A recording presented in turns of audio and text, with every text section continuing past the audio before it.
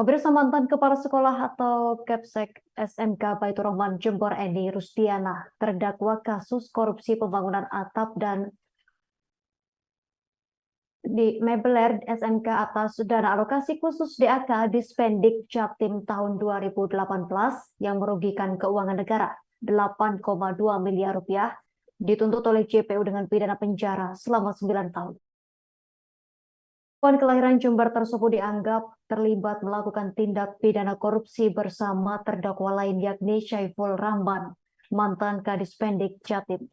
Selain pidana kurungan penjara, terdakwa Eni Rusdiana juga dituntut pidana denda sebesar 500 juta rupiah subsidi 6 bulan penjara. Selengkapnya terkait berita ini akan dilaporkan rekan Luhur Pambudi, wartawan Tribun Jatim yang telah tersambung bersama kita. Rekan Luhur Pambudi, silakan laporan Anda. Oke, baik Justina. Jadi Selasa kemarin JPU Kejari Surabaya membacakan tuntutan terhadap 2 orang terdakwa kasus korupsi pembangunan atap dan pengadaan mebler SMK atas dana alokasi khusus DAK Dispendik tahun 2018 yang merugikan keuangan negara sekitar 8,2 miliar bernama Syaiful Rahman, mantan Kepala Dinas Provinsi Jawa Timur, dan mantan Kepala Sekolah SMK di Jember yang bernama Eni Rusdiana. Jadi pelaksanaan sidang kemarin dilakukan secara semi daring. Kedua terdakwa mengikuti jalannya persidangan dari ruang tahanannya yang ada di Kabupaten Sidoarjo yang nanti terhubung dan monitor yang ada di ruang sidang ruang pengadilan Chandra kantor pengadilan Tipikor Surabaya.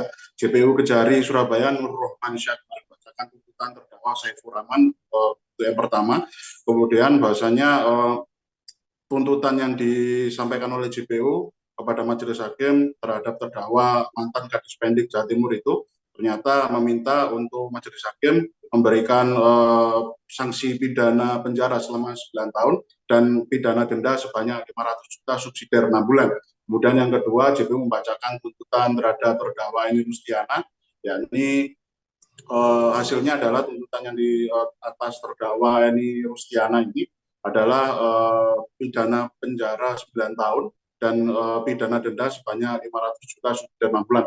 Tak hanya itu, terdakwa ini juga dituntut untuk membayar biaya pengganti nilai kerugian negara sebesar 8,27 miliar dan selama sebulan setelah putusan majelis hakim berkekuatan tetap biaya pengganti tersebut tak dapat dibayar oleh terdakwa Eni Rusdiana, maka harta benda milik terdakwa bakal dilakukan penyitaan oleh kejaksaan yang nanti akan digunakan untuk bayar biaya pengganti tersebut. Dan manakala memang harta benda milik terdakwa secara kalkulasi tidak mencukupi, maka akan diganti dengan pidana penjara masa tahanan selama 6 tahun.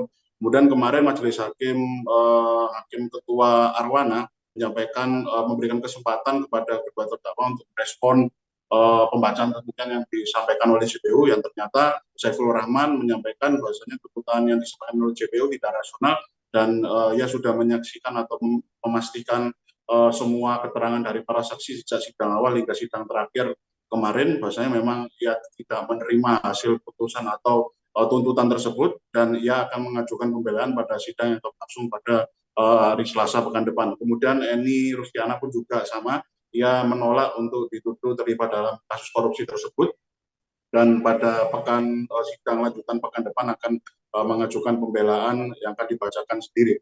Kemudian kami sempat mewawancarai pihak penasihat hukum dari kedua terdakwa, yakni bernama Ahmad Budi Santoso, yang menyebutkan bahasanya tuntutan yang dibacakan oleh JPU dari Surabaya tidak mendasar dan tidak sesuai dengan fakta persidangan selama proses persidangan ini berlangsung. Terkait dengan tuntutan terdakwa Syaiful Rahman, sejak awal kliennya itu memang dianggap tidak terlibat langsung dalam pencairan dana alokasi khusus tersebut karena hanya sebatas sebagai pengguna anggaran atau PA yang telah melimpahkan kewenangannya itu secara teknis kepada pihak kuasa pengguna anggaran, yakni salah seorang kepala bidang yang mengurusi proyek pengadaan tersebut. Kemudian meninjau dari hasil tuntutan terhadap terdakwa satunya Eni Rusdiana, yakni Budi kemarin menganggap bahwasanya kliennya itu sejak awal tidak terlibat kasus korupsi dan hanya berniat untuk membantu para kepala sekolah yang mengalami kendala dalam proses pencairan DAK yang hingga hampir akhir tahun tidak kunjung cair, dan Eni Rusdiana pun berinisiatif untuk menyediakan berbagai macam bahan-bahan kebutuhan untuk pembangunan tersebut melalui beberapa perusahaan yang dikelolanya dan rekanan perusahaan yang berjejaring dengan dirinya. Dan untuk terdakwa Eni Rustiana ini, Budi menyampaikan bahwasanya memang ada beberapa hal juga mengenai kalkulasi nilai kerugian negara yang dibuat oleh BPKB Jatim kasus ini yang dianggap tidak berdasarkan pada nilai kerugian negara secara detail. Demikian reportase kami, Justina, kembali ke studio. Baik, terima kasih atas laporan Anda, rekan Nur Pabudi, wartawan Tribun Jatim. Selamat bertugas kembali. Pemirsa, kami tampilkan wawancara wartawan lapangan kami bersama PH terdakwa Ahmad Budi Santoso. Jadi fakta-fakta di persidangan itu sebenarnya Pak Rahman maupun Bu Eni itu dalam kasus ini tidak ada kaitannya. Jadi seharusnya itu Pak Rahman sebagai pengguna anggaran itu kan sudah ada yang mengurus ini kuasa pengguna anggaran. Nah, semua kewenangan itu ada di kuasa pengguna anggaran. Nah, tapi kenapa itu sesuai fakta-fakta persidangan ya, tapi kenapa kok hanya justru pengguna anggaran tidak mempunyai apa-apa malah didakwa. Kalau terkait Bu Eni ini sebenarnya menurut fakta-fakta persidangan tentang kerugian itu nggak fix.